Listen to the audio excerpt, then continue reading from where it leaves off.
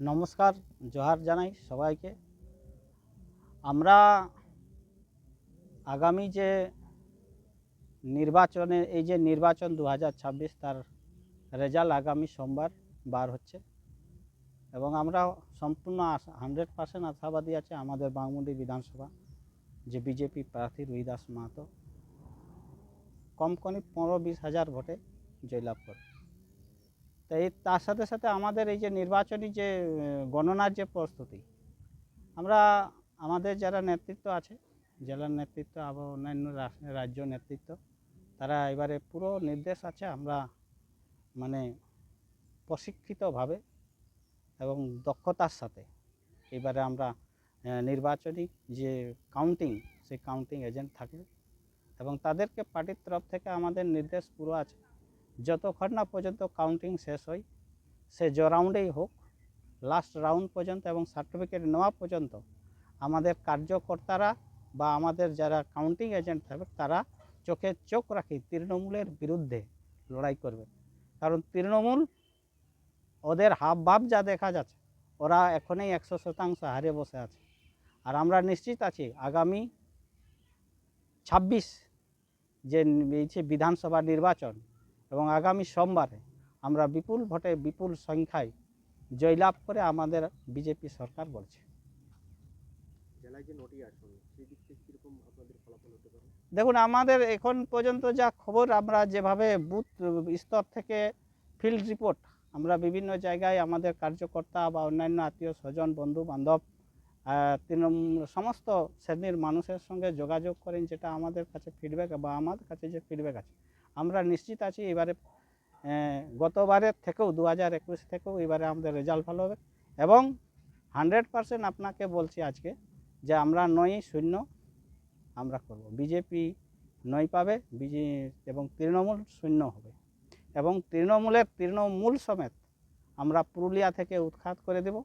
কারণ আমাদের সমস্ত স্তরের মানুষ, স্কুলগুলার তৃণমূলে 15 বছর রাজত্ব শাসনকালে যেভাবে স্কুলগুলার অবস্থা করেছে, শিক্ষার ব্যবস্থা যেভাবে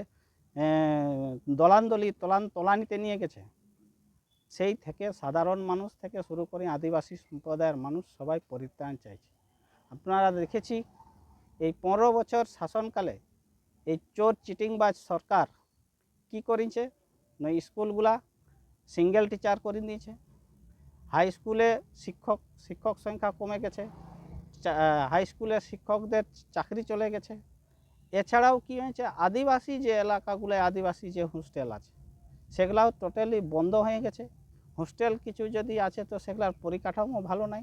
তো এইগুলার প্রতি মানুষ ইভিএমে জবাব দিয়েছে, তার স্বতঃস্ফূর্ত জবাব দিয়েছে এবং নির্বাচন কমিশনকে আমরা এই সাথে সাথে ধন্যবাদ জানাই যে এত সুন্দর শান্তিপূর্ণ ভোট আমি যতদিন ভোট দিচ্ছি ততদিন জীবনে দেখি নাই।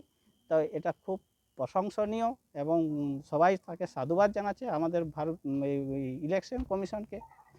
এত শান্তিপূর্ণ ভোট এবং স্বতঃস্ফূর্ত সাথে উৎসবের মতন মানুষ ভোট দিয়েছে এবং পুরো তৃণমূলের বিরুদ্ধে ভোট দিয়েছে।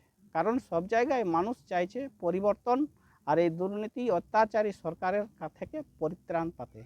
আর এই পরিত্রাণের জন্যেই আমরা আগামী সোমবার তার রেজাল্ট পাব এবং ভারতীয় জনতা পার্টি একক সংখ্যা গরিষ্ঠ নিয়ে সরকার গড়তে চলেছে, এটা আপনি নিশ্চিন্তে আছে। আমরা বিভিন্ন জেলায় দেখা যাচ্ছে যে ভারতীয় জনতা পার্টি তারা গেরুয়া আবির, মিষ্টি তৈরি এবং বোমা ফটকা যেগুলো তারা কেনাকাটা করছে। আপনাদের তরফে কী কী চলছে? আমাদের তরফে আমরাও ব্যবস্থা করে রাখিছি, আমরাও সেই নিশ্চিত আছি। কারণ আমি একটু আগেই বললাম আপনাকে যে আমরা 9-0 আছে। পুরুলিয়া জেলা যে 9টা সিট, সেই 9টা সিট ভারতীয় জনতা পার্টির দখলে থাকবে আর তৃণমূলের দখলে 0-0 বড় বড় রসগোল্লা থাকবে, আর কিছু নেই। সে বেশি রসগোল্লা নেই, একটা রসগোল্লা থাকবে, এইটুকু আপনাকে বলতে। তাই আমাদের প্রস্তুতি ভালো আছে, আমাদেরও সেই রকম ব্যবস্থা আছে। অন্যান্য জেলাতে যেমন মিষ্টি, এই লাড্ডু, গেরুয়া আবির অনেক জায়গাতে দোকান থেকে শুনতে পাচ্ছি সোশ্যাল মিডিয়ার মাধ্যমে যে 90% গেরুয়া আবির শেষ হয়ে গেছে, বিক্রি হয়ে শেষ হয়ে গেছে, খালি 10% ও বাকিদের পাল্লাই আছে। তো তো বুঝতেই পারছেন কীরকম হাওয়া আছে, বাতাবরণ আছে চারদিকে। তা আমরা নিশ্চিত আছি, 100% থেকেও বেশি নিশ্চিত আছি যে ভারতীয় জনতা পার্টি সরকার করছে। আপনার পরিচয়? আমার নাম কেদার সিং মুড়া, পুরুলিয়া জেলা বিজেপি এক্স ভাইস প্রেসিডেন্ট।